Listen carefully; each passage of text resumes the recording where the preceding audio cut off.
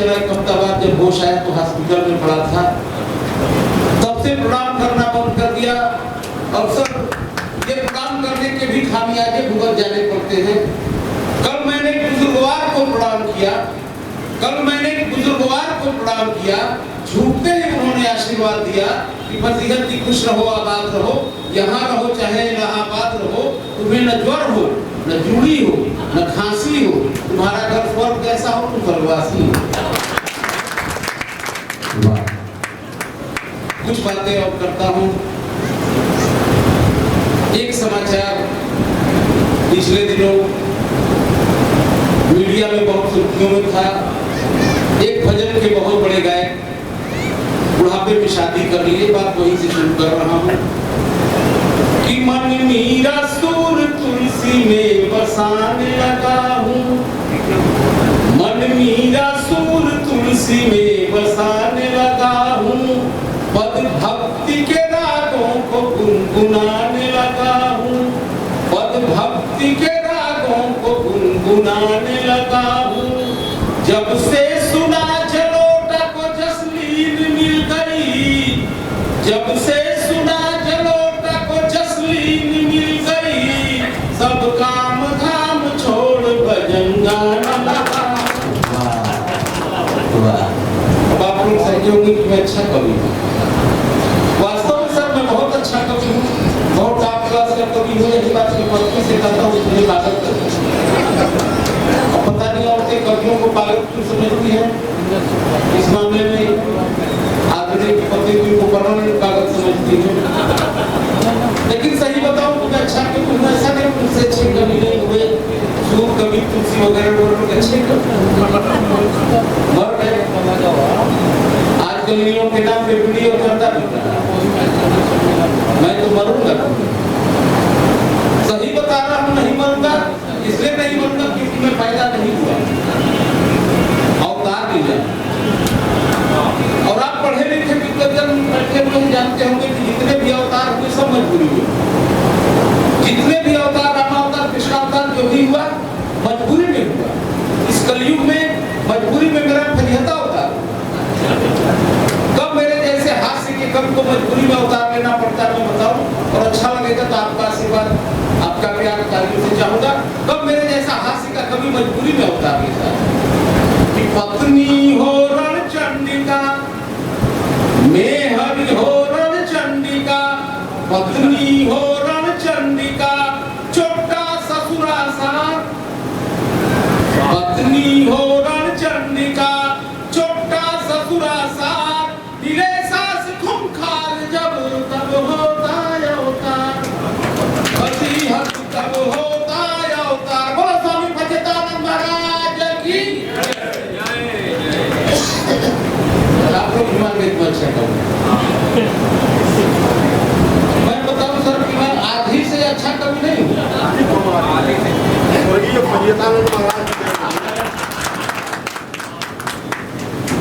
ये भी मान गए, बहुत दिनों तक नहीं मान गए, आज ये भी मान गए कि मैं अच्छा कवि हूँ। और मैं बताऊं सर मैं आधी से अच्छा नहीं, बचपन से ही बहुत टैलेंटेड रहा। बचपन में कक्षा 3 में जब नर्सरी में पढ़ रहा था तो गुरुजी ने कहा राम के बाप का नाम बताओ, मुझे नहीं पता। ये देखिए फरिहतानंद है, ये आशाराम बापू के शागिर्द हैं। इनको आप लोग उसी रूप में देखिएगा।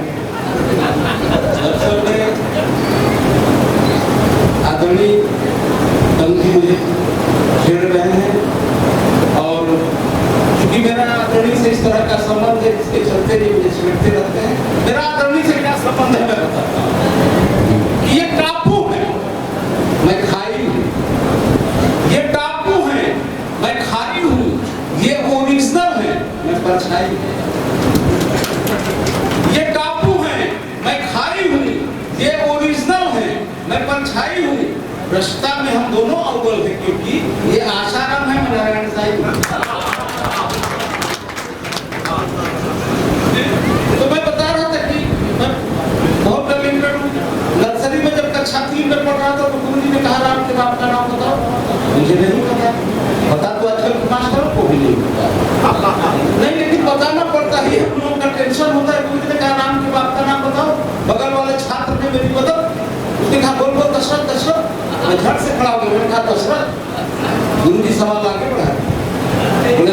आपके बाप का नाम? इस बार मुझे तनिक भी देर नहीं लगी, मैंने कहा बीसरथ। गुरु जी की सिट्टी पिट्टी घूम, मैंने कहा पूछो गुरु जी दास का पहाड़ा पूरा याद, राम के उनके पूरे खानदान का नाम बता सकता हूँ। कुछ दिन बाद गुरु जी ने फिर कहा कि इस क्लास में स्थान ले लीजिए, बैठो। आप लोग बहुत सही समय से आए, हम थोड़ा पहले शुरू हो गए। बैठ जाइए, कहीं भी स्थान ले लीजिए। तो कुछ दिन बाद गुरु जी ने फिर कहा कि इस क्लास में जो सबसे मूर्ख छात्र है खड़ा हो जाए। गुरु जी ने कहा इस क्लास में जो सबसे मूर्ख छात्र है खड़ा हो जाए। कोई नहीं खड़ा हुआ, मैं खड़ा हो गया। गुरु जी ने कहा अच्छा तुम इस क्लास में सबसे बड़े मूर्ख हो? मैंने कहा नहीं सर, अकेले खड़े थे, अच्छा नहीं लग रहा। कि गणित का शिक्षक बेटी शादी है तू जाके बोला, लड़के के बाप से क्या लेने का विचार है? गणित का शिक्षक बेटी शादी है तू जाके बोला, लड़के के बाप से क्या लेने का विचार है? तो 5 फीट लंबा कद 2 लाख नगद लूंगा। बाप बोला बेटा मेरा बड़ा होनहार है। 5 फीट लंबा कद 2 लाख नगद लूंगा। बाप बोला बेटा मेरा बड़ा होनहार है। तो करके हिसाब बोले गणित के टीचर जी, करके हिसाब बोले गणित के टीचर जी, आपके यहाँ तो बड़ा गर्म बाजार है। 2 लाख दहेज 5 फीट वाले लाडले का, यानी प्रति फीट दूल्हा 40,000 है। एक रचना पढ़ के आदमी कल मुझे बार-बार क्या करते हैं, बड़ा बक बोलते हो, बता सकते हो कि आदमी और भालू में क्या अंतर होता है? मैंने कहा ये तो कोई बेवकूफ भी बता सकता है। बोले इसलिए तुमसे पूछ रहा हूँ। इन्होंने कहा आदमी और भालू में क्या अंतर होता है? मैंने कहा साधारण सी बात है, भालू हजामत नहीं बनवाता, सेब नहीं करता। इन्होंने कहा तब एक और बात बताओ कि आदमी और बंदर में क्या अंतर होता है? मैंने कहा बंदर अंडरवियर क्यों पहनता है? उन्होंने कहा तब एक बात और बताओ कि आदमी और कुत्ते में क्या अंतर होता है? मैंने कहा कुत्ता वफादार होता है। वाह वाह। इन्होंने कहा आदमी और कुत्ते में क्या अंतर होता है? मैंने कहा कुत्ता वफादार होता है। इन्होंने कहा तब एक अंतिम बात बताओ कि आदमी और भ्रष्ट नेता में क्या अंतर होता है? और मैंने जो जवाब दिया, लगे कि मैंने सही जवाब दिया है, मेरा जवाब आप सबका जवाब है, तो भरपूर तालियों से छोटे कवि को आशीर्वाद दीजिएगा। इन्होंने कहा आदमी और भ्रष्ट नेता में क्या अंतर होता है? मैंने कहा आदमी थोड़ी सी कोशिश करे तो भ्रष्ट नेता बन सकता है। भ्रष्ट नेता लाख कोशिश करे, आदमी नहीं बनता। वाह वाह। सड़क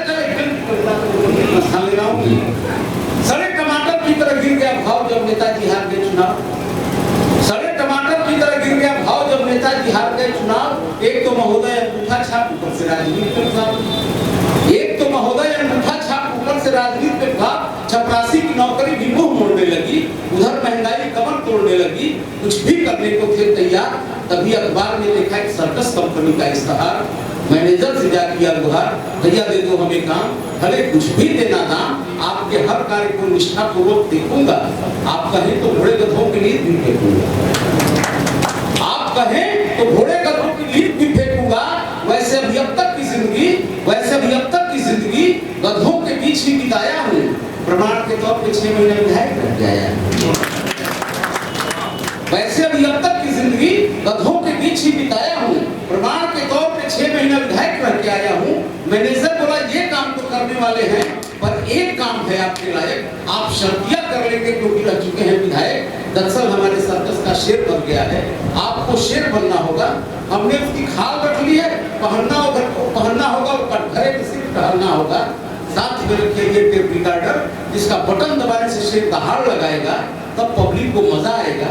इतना सुनते ही नेता बेहया के फूल की तरह खिल गया। इतना सुनते ही नेता बेहया के फूल की तरह खिल गया, क्योंकि चरित्र का रूप ही काम मिल गया। वाह। इतना सुनते ही नेता बेहया के फूल की तरह खिल गया, क्योंकि चरित्र का रूप ही काम मिल गया। वह बोला हमने तक यही तो किया है, यह तो सिर्फ एक है, हमने अनेक खालों में जिया है। यह तो सिर्फ एक है।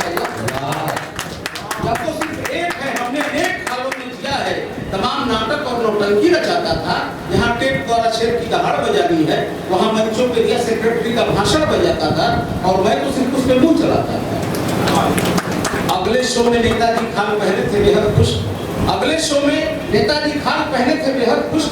बड़ी अदा के साथ कटघरे में गए घुस। शेर देख बच्चे हंसाने लगे। उधर नेताजी उछल उछल कर दहाड़ लगाने लगे। तभी कटघरे में दूसरा शेर आया। तभी कटघरे में दूसरा शेर आया। इनकी तरफ मुंह करके दुगुने स्वर में गुर्राया। डर के मारे नेताजी दो पांव पर खड़े हो बचाओ बचाओ चिल्लाने लगे। भय के मारे नेताजी दो पांव पर खड़े हो बचाओ बचाओ चिल्लाने लगे। इधर दर्शक दो पैरों पर खड़ा शेर देख और जोर से ताली बजाने लगे। इधर दर्शक दो पैरों पर खड़ा शेर देख और जोर से ताली बजाने लगे। तभी दूसरा शेर धीरे से डांट के बोला कि चुप नालायक, मैं भी तेरी तरह हारा है। वाह। तभी दूसरा शेर धीरे से डांट के बोला कि चुप नालायक, मैं भी हूँ तेरी तरह हारा विधायक। अरे झूठा, आज तू ही झूठ से डर गया। अरे झूठा, आज तू ही झूठ से डर गया। अपने पर पड़ी तो चिल्ला रहा है बचाओ बचाओ, में मर गया। अपनी इंसल्ट होते देख पहले शेर को ताव आ गया। अपनी इंसल्ट होते देख पहले शेर को ताव आ गया। दोनों आपस में भिड़ गए। सर्कस में चुनाव आ गया।